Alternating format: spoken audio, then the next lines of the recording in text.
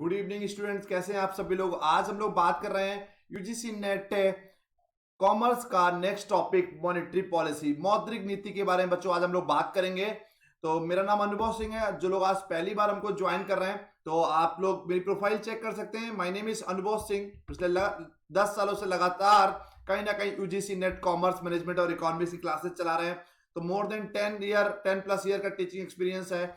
More than 1000 student को net JRF अपने JRF commerce management और इकोनॉमिक्स में क्वालिफाई करा चुके हैं। कई सारे बच्चे अलग अलग इंडिया के top institution IITs, IIM, central universities में पीएचडी कर रहे हैं।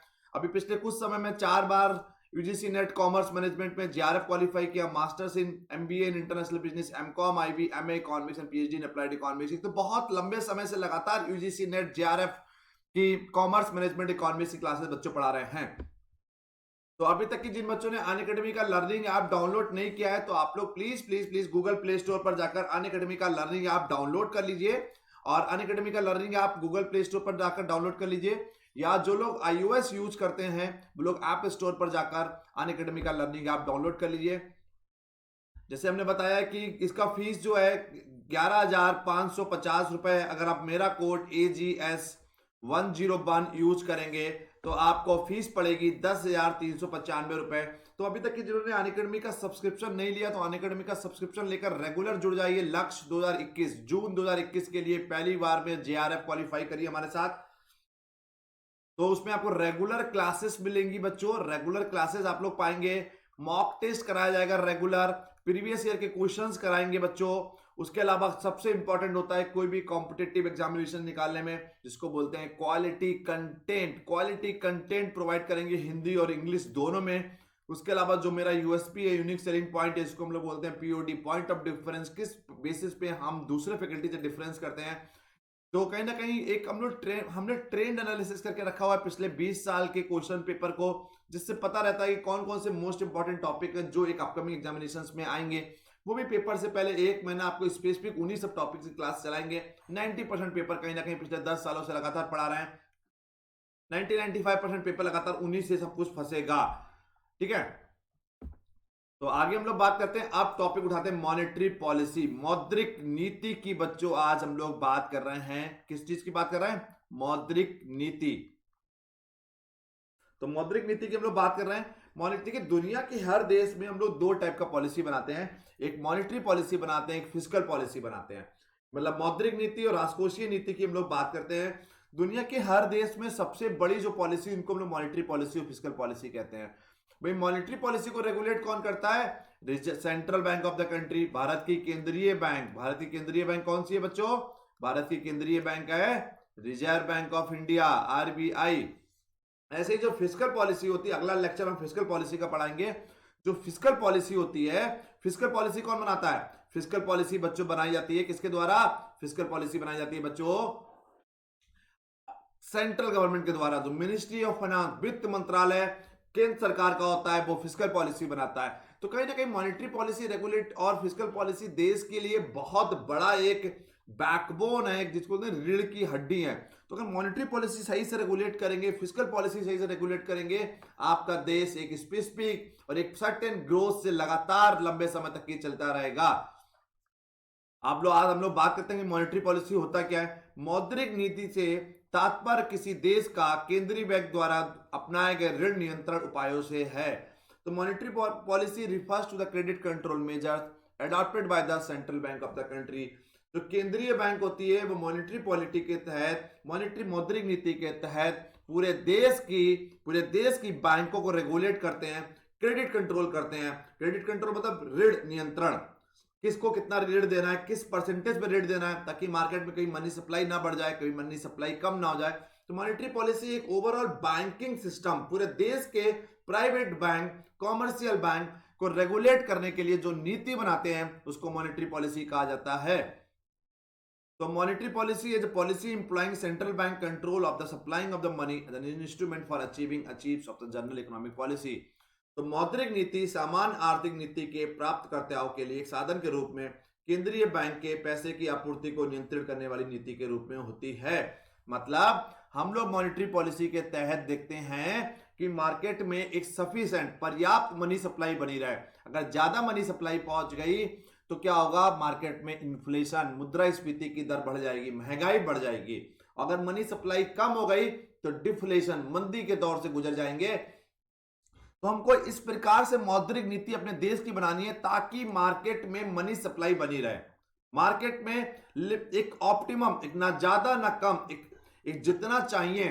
तो आपको किस इस प्रकार से मॉनेटरी पॉलिसी बनाइए ताकि मार्केट में एक regulated economic stability, price stability, price ना ज्यादा ना प्राइस कम, लगातार बना रहे।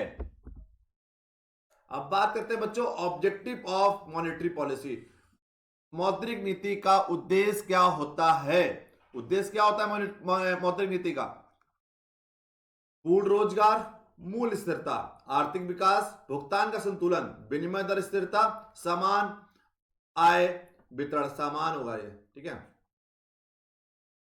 तो समान आय वितरण मतलब इक्वल इनकम डिस्ट्रीब्यूशन। तो फुल एम्प्लॉयमेंट की बात करते हैं बच्चों, प्राइस स्टेबिलिटी की बात करते हैं, इकोनॉमिक ग्रोथ, देश का आर्थिक विकास लगातार होता रहे, बैलेंस ऑफ पेमेंट अपने आप में टॉपिक पढ़ाया जाएगा आपको, एक्सचेंज रेट स्टेबिलिटी, विनिमय दर स्थिरता, मतलब एक देश की कंट्री की करेंसी को दूसरे देश की कंट्री की करेंसी के साथ जिस रेट पर चेंज करते हैं उसको एक्सचेंज रेट कहते हैं। और इक्वल इनकम डिस्ट्रीब्यूशन, ताकि समान आय वितरण बना रहे, गरीबों और अमीरों में बहुत बड़ा फर्क ना। भारत की इकोनॉमी में बहुत बड़ा दुर्भाग्य है, अनफॉर्चुनेटली हम लोगों के क्या एक गरीबों और अमीरों में, पुअर और रिच के बीच में बहुत बड़ा गैप है। तो ऑब्जेक्टिव मॉनेटरी पॉलिसी के क्या होते हैं, हम लोग एक एक करके इसको देख लेते हैं। पहले बात करते हैं फुल एम्प्लॉयमेंट, पूर्ण रोजगार। आपको इस तरह से अपना मौद्रिक नीति बनाना है जिससे समाज में एक पूर्ण रोजगार की स्थिति बनी रहे। तो कैसे बनी रहेगी? तो मौद्रिक नीति के प्रमुख उद्देश्यों में पूर्ण रोजगार को स्थान दिया गया है। यह न केवल एक महत्वपूर्ण लक्ष्य है क्योंकि बेरोजगारी से संभावित उत्पादन का अपव्यय होता है, बल्कि सामाजिक प्रतिष्ठा और स्वाभिमान की हानि के कारण भी होते हैं। ठीक है, तो full employment has been ranked among the foremost objective of monetary policy. It is an important goal not only because unemployment leads to the wastage of potential output but also because the loss of social standing and self respect. तो अगर मान लीजिए देश में, हमने आपको बताया, अगर बहुत महंगाई हो गई तो कहीं ना कहीं देश में पूर्ण एम्प्लॉयमेंट नहीं हो पाएगा। तो आपको इस तरह से मॉनेटरी पॉलिसी मेंटेन करनी है। देखिए क्या होता है, अगर मार्केट में मंदी है, मंदी मतलब सप्लाई ज्यादा डिमांड कम। अगर सप्लाई ज्यादा है डिमांड कम है तो क्या होगा, प्रोडक्शन कम हो जाएगा, प्रोडक्शन कम होगा, फिर क्या होगा, बेरोजगारी हो जाएगी। तो आपको अगर मान लीजिए दूसरी तरफ अगर महंगाई बहुत ज्यादा हो गई, चरम सीमा पे महंगाई पहुंच गई, तो एक स्टेज पे जाकर प्रोडक्शन रुक जाएगा।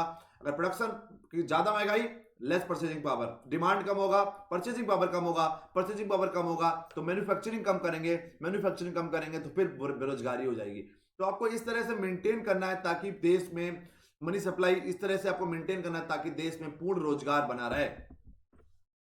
आगे बात करते हैं प्राइस स्टेबिलिटी, मूल्य की स्थिरता। हमने आपको बताया अगर मार्केट में इन्फ्लेशन रेट, मनी सप्लाई बढ़ गई, अगर मनी सप्लाई बढ़ेगी तो डिमांड बढ़ेगी, डिमांड बढ़ेगी तो परचेजिंग पावर बढ़ेगी, परचेजिंग पावर बढ़ेगी, अगर सप्लाई कम हुई, डिमांड ज्यादा हुई, चीजें महंगी, खरीदने वाले 10 लोग हैं, मार्कर केवल 2 है तो महंगाई बढ़ जाएगी। तो आपको इस तरह से मार्केट में मनी सप्लाई मेंटेन करनी ताकि प्राइस स्टेबिलिटी बनी रहे। तो मौद्रिक नीति का एक नीतिगत उद्देश्य मूल्य स्तर को स्थिर करना है, प्राइस स्टेबल करना एक बहुत बड़ा उद्देश्य है हमारा मौद्रिक नीति का। दोनों अर्थशास्त्र और इस नीति को पक्ष लेते हैं क्योंकि मूल्य में उतार चढ़ाव अर्थव्यवस्था में अनिश्चितता और अस्थिरता लाता है। पता ही है, both economics and favour this policy because fluctuations in the price bring uncertainties and instability in the economy. अगर आपके देश में मूल्यों का, चीजों का दाम बहुत जल्दी जल्दी ऊपर नीचे जाएगा तो आपके देश में इनस्टेबिलिटी, अस्थिरता और अनिश्चितता बनी रहेगी, अनसर्टेनिटीज बनी रहेगी। तो आपको इस तरह से प्राइस को फिक्स करना है, मूल्य को फिक्स करना है ताकि देश में एक समान प्राइस स्टेबिलिटी बनी रहे। आगे बात करते हैं इकोनॉमिक ग्रोथ, आर्थिक विकास। क्या बात करते हैं? आर्थिक विकास की बात करते हैं बच्चों। आर्थिक विकास का मतलब क्या है? One of the most important objective of monetary policy in recent year has been rapid economic growth in economy. पिछले कुछ दिनों से देखा गया है, पिछले कुछ सालों से देखा गया है कि मॉनेटरी पॉलिसी का एक मेन जो उद्देश्य रह गया है कि कहीं ना कहीं एक इकोनॉमिक ग्रोथ लगातार बनी रहे, आर्थिक विकास एक तेजी से होता रहे। आपको इस तरीके से काम करना है ताकि आर्थिक विकास होता रहे।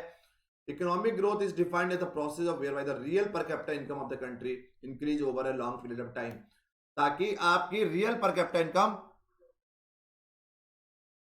बनी रहे। तो हमको इस तरह से एक आर्थिक विकास अपने देश का करना है ताकि आपकी लगातार आपकी पर capita income, real per capita income लगातार बनी रहे, लगातार बढ़ती रहे, ताकि आपके देश का आर्थिक विकास होता रहे।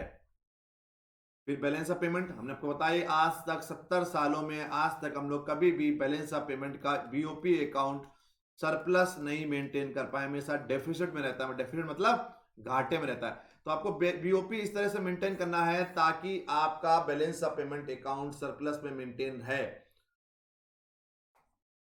Since the 1950 has been maintained the equilibrium in the BOP, कोशिश हम लोग करते हैं लेकिन हमेशा हमारा डेफिसिट पे रहता है। तो बैलेंस ऑफ पेमेंट बच्चों क्या होता है? भुगतान संतुलन। इसको हिंदी में क्या बोलते हैं? भुगतान संतुलन। इसका मतलब क्या है कि भुगतान संतुलन होता है जब एक देश के द्वारा दुनिया के जितने सारे देशों के साथ एक निश्चित समय में जो भी अंतरराष्ट्रीय ट्रांजैक्शन, अंतरराष्ट्रीय व्यापार करते हैं, उसको बैलेंस ऑफ पेमेंट के अंतर्गत रखते हैं। तो कोशिश रहती है कि हमारा बैलेंस ऑफ पेमेंट इक्विलिब्रियम की सिचुएशन में बना रहे। अगला बात है विनिमय दर स्टेबिलिटी, एक्सचेंज रेट स्टेबिलिटी। विनिमय दर स्थिरता। अगर आपकी इकोनॉमी में इन्फ्लेशन रेट बहुत ज्यादा होगा, देखिए अगर देश में महंगाई ज्यादा होती है तो हमको विदेश से चीजों को इंपोर्ट कराना पड़ता है। अगर विदेश से चीजों को आयात कराएंगे तो विदेशी करेंसी की डिमांड बढ़ेगी, करेंसी की डिमांड बढ़ेगी तो सामने वाली करेंसी अप्रिशिएट होगी, आपकी करेंसी डेप्रिशिएट होगी। तो आपको इस तरह से मॉनेटरी पॉलिसी रेगुलेट करना है। हमने आपको फॉरेन एक्सचेंज के दौरान पढ़ाया भी, जो केंद्रीय बैंक होती है देश की, वो कहीं ना कहीं मॉनेटरी पॉलिसी को रेगुलेट कर, केंद्रीय बैंक जो होती है वो कहीं ना कहीं रिजर्व आपके फॉरेन एक्सचेंज को भी रेगुलेट करती है। तो आप इस तरह से कहीं ना कहीं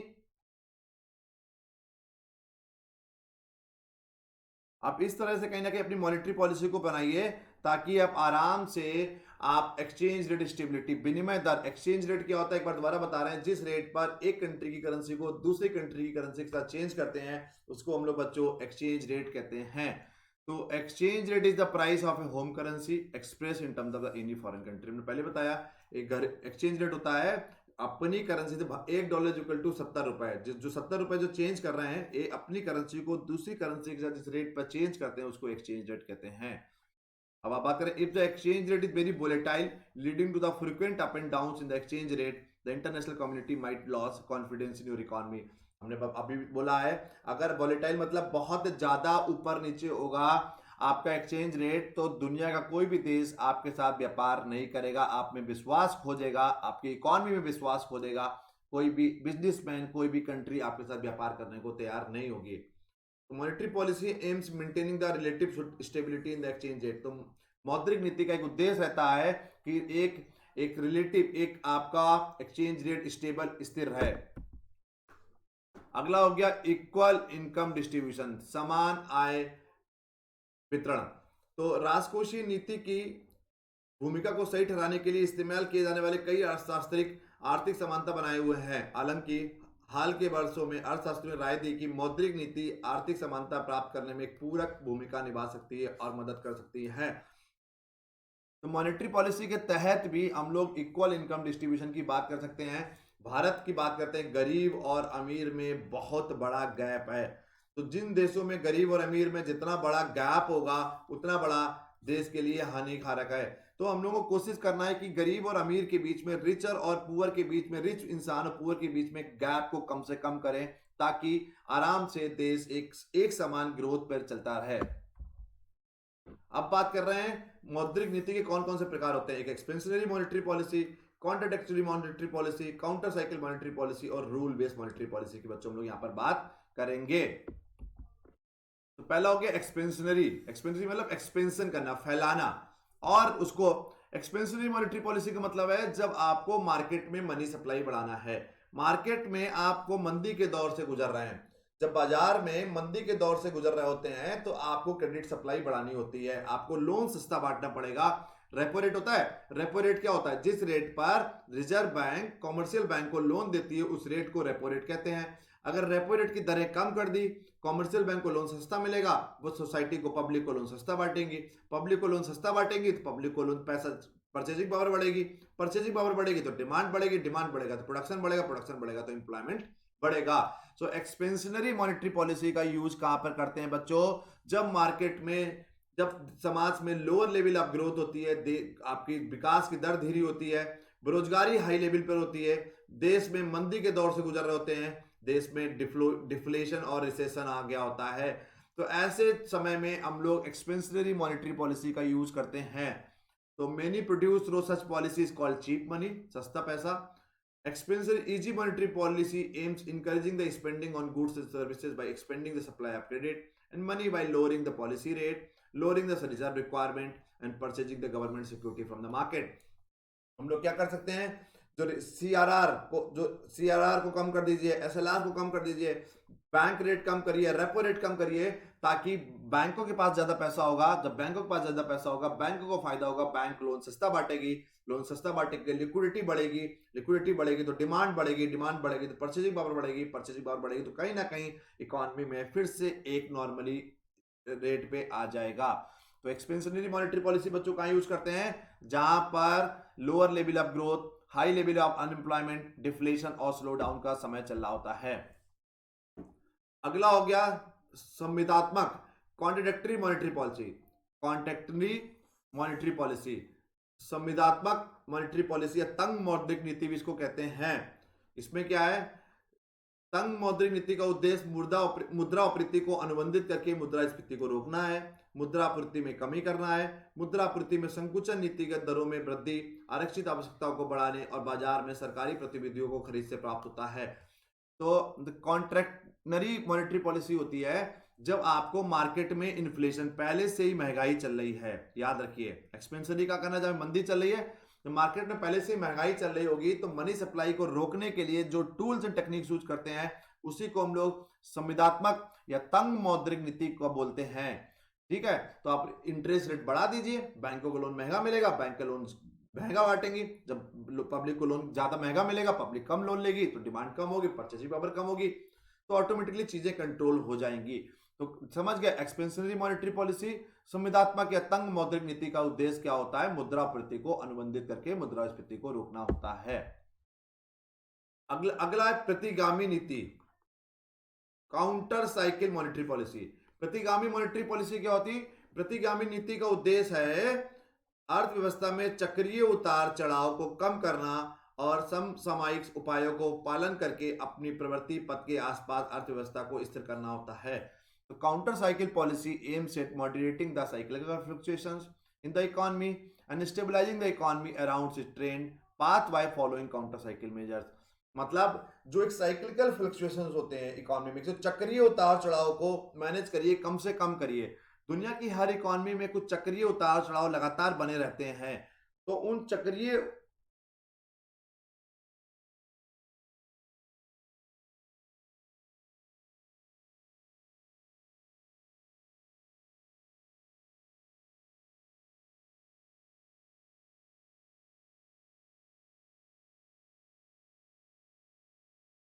ओके। तो अभी प्रतिगामी नीति का उद्देश्य क्या है कि अर्थव्यवस्था में जो चक्रीय उतार चढ़ाव होते हैं उसको कम करिए, समसामयिक उपायों का पालन करके अपनी प्रवृत्ति पथ के आसपास अर्थव्यवस्था को स्थिर करना होता है। अगला हो गया रूल बेस्ड कानूनन monetary policy. Rule based monetary policy क्या होती है, under rule based monetary policy money supply and related variables are controlled by predetermined rules and norms and standard. मतलब आपको कानूनन तरीके से काम करना है। Central bank authority can not use their discretion to change the values of this variables. तो rule based monetary policy का बच्चों मतलब क्या है, आप under rule based monetary policy का मतलब है मनी सप्लाई और रिलेटेड वेरिएबल्स एक कंट्रोल तरीके से, एक नियंत्रित तरीके से, जो प्री डिटरमाइंड रूल, पहले से जो निश्चित रूल है उनके नॉर्म्स और स्टैंडर्ड के बेसिस पे काम करते हैं, उसको हम लोग रूल बेस्ड मॉनेटरी पॉलिसी कहते हैं। अब बात करते हैं इंस्ट्रूमेंट। मॉनेटरी पॉलिसी के कौन कौन सी चीजों से हमने मॉनेटरी पॉलिसी को कंट्रोल करते हैं, तो cash reserve ratio, statutory liquidity ratio, bank rate, open market operations, repo rate, reverse repo rate, marginal standing facility and open market operation. तो बहुत कम समय में पूरा सब पढ़ाने की कोशिश करेंगे कि क्या होता है। तो ये एज ऑन 24 सितंबर 2020 का है, इसको देख लीजिए, उसका अप एंड डाउन हो गया। पॉलिसी रेपो रेट 4% है, reverse repo rate 3 reverse repo rate हमेशा पॉलिसी रेपो रेट से कम होता है, याद रखिएगा। MSF 4.25, bank rate 4.25, CRR cash reserve ratio 3% चल रहा है, एसएलआर स्टैट्यूटरी लिक्विडिटी रेशियो 18% चल रहा है। तो ये 24 सितंबर 2020 के अकॉर्डिंगली का डेटा है। अब बात करते हैं सीआरआर क्या होता है। तो cash reserve ratio is the share of the bank total deposit that is mandated by the Reserve Bank of India to maintain with the latter in the form of liquid cash. तो आपको total पैसे का NDTL करने के बाद, net demand time liability करने के बाद, टोटल पैसे का तो 3% आपको सीआरआर के रूप में आरबीआई के पास में रखना पड़ता है। ठीक है, इसका उद्देश्य क्या होता है? CRR ensure that a part of the bank deposit the central bank is as a security. Another objective क्या होता है? To keep the inflation under the control during high inflation the economy, RBI raise the CRR to lower the bank loanable fund. तो मतलब inflation बहुत ज्यादा होती है तो सीआरआर की दरें बढ़ा देते हैं। जब मार्केट में मंदी का दौर से गुजर रहा होता है, मार्केट में मनी सप्लाई बढ़ानी होती है, तो सीआरआर की रेट हम लोग बच्चों कम कर देते हैं। तो कैश रिजर्व रेशियो का एक मेन मुद्दा होता है मार्केट में मनी सप्लाई को रोकने के लिए। उसके अलावा सेंट्रल बैंक, केंद्रीय बैंक सिक्योरिटी रखती है ताकि कोई अनिश्चितता आ गई, कोई अनसर्टेनिटीज हो गई, तो एटलीस्ट उस पैसे से कुछ लोगों को निपटा सकें, एटलीस्ट ओवरकम, ऐसी परेशानियों से ओवरकम कर सकें। तो कैश रिजर्व रेशियो आपको अपने टोटल कैपिटल का 3% एनडीटीएल का, तो अभी 3% चल रहा है, आपको bank, central bank of the country, reserve bank के पास रखना होता है, उसको सीआरआर कहते हैं। अब हाउ डज द सीआरआर काम कैसे करता है? डिमांड एंड टाइम लायबिलिटी जितनी होती है with the public and other bank minus demand deposits with the other bank. ठीक है, तो डिपॉजिट्स में से लायबिलिटीज को माइनस करने के बाद क्या बचता है? NDTL, net demand time liabilities. तो हर 15-15 दिन में एनडीटीएल को मेंटेन करने के बाद जितना पैसा बचता है उसका 3% आपको सेंट्रल बैंक के पास में रखना पड़ता है, उसको बोलते हैं सीआरआर, कैश रिजर्व रेशियो। अब बात कर रहे हैं statutory liquidity ratio, SLR. SLR अभी बच्चों चल रहा है 18%। इसको क्या करना पड़ता है? इसको आप अपने पास में रखते हैं, नोट कर लीजिए, इसको आपको अपने पास एज ए सिक्योरिटी रखना पड़ता है in the form of liquid asset. Reserve Bank of India has mandated every bank to have a specific proportion of deposit in the form of liquid asset excluding the CRR called the statutory liquidity ratio. 3% आपने रख दिया, उसके बाद जो बचेगा उसका 18% liquid form में आपको अपने पास रखना पड़ता है एज ए रिजर्व। तो section 24 and section 56 of the banking regulation act 1949 mandate all scheduled commercial bank, local area bank, primary cooperative bank, state cooperative bank, central cooperative bank in India to maintain the SLR. सभी को SLR maintain करना पड़ता है। It become pertinent to know in detail about the components of the SLR. अब liquid asset और net demand time liabilities, यहां पर ही वही है, आपके जो एनडीटीएल है, एनडीटीएल के को मेंटेन करने के बाद अपनी लिक्विड एसेट को, उसमें कैश की बात है यहां पर, जितनी भी लिक्विड एसेट्स है हमारी, सभी लिक्विड एसेट्स को, लिक्विड एसेट क्या होती है? जो इजीली ट्रांसफरेबल होती हैं, जो इजीली जिनको हम लोग कैश में कन्वर्ट कर सकते हैं, उसको हम लोग लिक्विड एसेट बोलते हैं। तो आपको अपना सीआरआर हटाने के बाद जितना पैसा बचेगा उसका 18% आपको अपने पास ऐसे रिजर्व रखना है। अब आप बात करते हैं कि दोनों में अंतर क्या है। अंतर, difference between SLR and CRR. In the case of SLR bank are asked to have reserve. यहाँ कैश और गोल्ड दोनों की बात करते हैं, या केवल कैश की बात करते हैं। ये आरबीआई के पास रखना पड़ता है, ये अपने पास रखेंगे आप, यहां आरबीआई के पास रखना पड़ता है। Bank are return on the money part SLR. जो एसएलआर बैंक, एसएलआर के जो एज एसएलआर रखते हैं उसमें बैंक रिटर्न भी पाती है। यहाँ bank don't are return on the money part as a CRR. यहाँ कोई भी जो सीआरआर के रूप में आप पैसा रखते हैं सेंट्रल बैंक के पास, उस पर कोई रिटर्न नहीं मिलता। SLR use to control the bank leverage for credit expansion. The central bank control the liquidity in the banking system. CRR होता है कहीं ना कहीं लिक्विडिटी को कंट्रोल करने के लिए, यहां पे बैंक के लीवरेज को कंट्रोल करने के लिए होती है। अब आया bank rate policy. Bank rate is the minimum lending rate to the central bank at which is rediscount first class bills of exchange, government securities held by the commercial bank. When the central bank find that inflation has been increasing continuously, it raise the bank rate. So borrowing from the central bank becomes costly and commercial bank borrow less money from the RBI. भाई ये bank rate, एक bank rate long term के लिए होता है, repo rate short term के लिए होता है। बैंक रेट भी रेपो रेट की तरह काम करती है, एक minimum lending rate, minimum rate fix कर देते हैं, उससे नीचे कोई भी लोन नहीं ले सकता है। तो बैंक रेट भी एक सब long term loan commercial bank को सेंट्रल बैंक से लेना पड़ता है, उस रेट को बैंक रेट कहते हैं। बैंक रेट एक मिनिमम रेट फिक्स कर देंगे, उससे नीचे ना कोई लोन दे सकता है ना उससे नीचे कोई लोन ले सकता है। अब आया रेपो रेट, रीपर्चेज रेट, ये पहले बात कर चुके हैं। रेपो रेट होती है जिस रेट पर सेंट्रल बैंक कॉमर्शियल बैंक को लोन देता है, उसको रेपो रेट कहते हैं।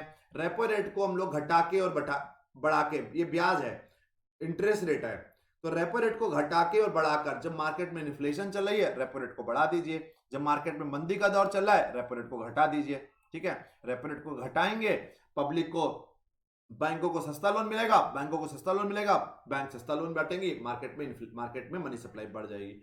रिवर्स रेपो रेट इसका उल्टा होता है। इट इज मतलब जब बैंकों के पास सरप्लस अमाउंट होता है, बैंकों के पास अपना सरप्लस अमाउंट होता है, वो सरप्लस अमाउंट सेंट्रल बैंक के पास रख देती हैं, केंद्रीय बैंक के पास रख देती हैं, और फिर केंद्रीय बैंक उस पर्टिकुलर पैसे पे जो रेट इंटरेस्ट देती हैं, उस पे जो ब्याज देती हैं, उसको रिवर्स रेपो रेट कहते हैं। It is a fixed interest rate which the Reserve Bank of India can absorb the liquidity from the bank on overnight basis against the collateral of eligible government security under the LAF Liquidity Adjustment Facility। जब central bank market से access liquidity को absorb करना चाहती है, उठाना चाहती है, क्योंकि ज्यादा लिक्विडिटी बनी रहेगी, ज्यादा मार्केट में तरलता बनी रहेगी मनी की, तो क्या होगा, इन्फ्लेशन रहेगी। तो एब्जॉर्ब करना होता है लिक्विडिटी को, तो रिवर्स रेपो रेट के तहत मार्केट से पैसा उठा लेते हैं, फिर बैंकों को उस पैसे पे सर्टेन इंटरेस्ट, सर्टेन ब्याज देते हैं, जो ब्याज की दरों को हम लोग कहते हैं रिवर्स रेपो रेट। अभी हो गया marginal standing facility, MSF. MSF क्या होता है? MSF is a provision which enable the scheduled commercial bank to borrow additional amount of overnight money from the Reserve Bank of India. Bank can do this by dipping into the statutory liquidity ratio portfolio up to limit at a penal rate of interest. मतलब simple भाषा में एक line में समझिए, जब बैंकों को additional loan लेना होता है कॉमर्शियल सेंट्रल बैंक से, ओवरनाइट लोन, एक रात के लिए 12 घंटा 24 घंटे के लिए लोन लेना पड़ता है अपनी सिक्योरिटीज के अगेंस्ट में, जो एसएलआर में जो अपनी सिक्योरिटी रखी है, या किसी सिक्योरिटीज के अगेंस्ट में आप जब लोन लेते हैं 12 घंटा 24 घंटे के लिए, उसको मार्जिनल स्टैंडिंग फैसिलिटी बोलते हैं। वेरी शॉर्ट टर्म के लिए, बहुत कम समय के लिए लोन लिया जाता है। अब बताइए, ये तो वो तो थे क्वालिटेटिव इंस्ट्रूमेंट, अब ये क्वालिटेटिव गुणात्मक इंस्ट्रूमेंट होते हैं। Rationing of credit, margin requirement, margin is the difference between the market value of the security and the maximum loan value. तो इसको बहुत डिटेल में नहीं जाना है, राशनिंग ऑफ द क्रेडिट याद कर लीजिए। मार्जिन रिक्वायरमेंट की बात करेंगे हम लोग। Publicity, RBI use media for the publicity of its views on the current market condition. Regulation of the customer credit, आप कानून बनाइए कस्टमर को लोन देने का, डायरेक्ट एक्शन लेती है। अब मॉनेटरी पॉलिसी के सिग्निफिकेंस क्या है, महत्वपूर्णता क्या है? कंट्रोल द, नियंत्रण करती है किसको? मंदी को और महंगाई को, मंदी और महंगाई को नियंत्रण करती है। Availability of supply of money and credit, मुद्रा की सप्लाई को, मुद्रा की पूर्ति को मेंटेन करती है। इंटीग्रेटेड इंटरेस्ट रेट स्ट्रक्चर, एक साथ जुड़ा हुआ ब्याज दर का, ब्याजों का स्ट्रक्चर बना हुआ है, एक सर्टेन इंटरेस्ट रेट कैसे फिक्स करती है। एक सेंट्रल बैंकिंग, केंद्रीय बैंकिंग, एक सिस्टमेटिक तरीके से मॉनेटरी पॉलिसी के तहत पूरे भारत की बैंकों को रेगुलेट कर लेते हैं हम लोग। Long term loan for industrial development, जब किसी को एक इंडस्ट्रीज के लिए, औद्योगिक विकास के लिए एक लंबे समय के लिए लोन चाहिए होता है, वो भी मॉनेटरी पॉलिसी के तहत मेंटेन करते हैं। Creation of the financial institution, नए नए वित्तीय संस्थाओं को भी हम लोग मॉनेटरी पॉलिसी के तहत बनाते हैं। तो thank you so much for joining बच्चों। अगर कोई डाउट हो तो आप लोग प्लीज कमेंट सेक्शन में पूछ लीजिएगा। तो रात के 10 बजे क्लास हमारी रोज कॉमर्स की क्लास होती है। सुबह सवा, एक बार आपको शेड्यूल बता दे रहे हैं बच्चों, रोज सुबह 9:15 बजे हम लोगों का यूजीसी नेट मैनेजमेंट इंग्लिश का क्लास चलता है। ठीक है, तो यूजीसी नेट मैनेजमेंट का सुबह 9:15 बजे अनअकैडमी लर्निंग ऐप पर क्लास चलता है। 10:30 बजे पेपर 1 की क्लास चलती है, रिसर्च एप्टीट्यूड की। रात को 8 बजे wifi UGC net Hindi channel पर मैनेजमेंट की क्लास दोबारा चलती है। रात के 10 बजे जो ये क्लास चल रही है, जो कॉमर्स की क्लास चलती है लगातार, तो आप लोग लगातार हमारे साथ जुड़े रहिए। अभी तक की जिन्होंने अनअकैडमी का सब्सक्रिप्शन नहीं लिया है, तो अनअकैडमी का लर्निंग ऐप डाउनलोड करके अनअकैडमी का सब्सक्रिप्शन ले लीजिए। कोड यूज करिए AGS101, आपको इंस्टेंटली 10% बच्चों डिस्काउंट मिलेगा। तो once again thank you so much for joining. हम लोग मिलते हैं कल सुबह 9:15 बजे अनअकैडमी लर्निंग ऐप पर 10:30 बजे पेपर 1 के लिए। Thank you so much.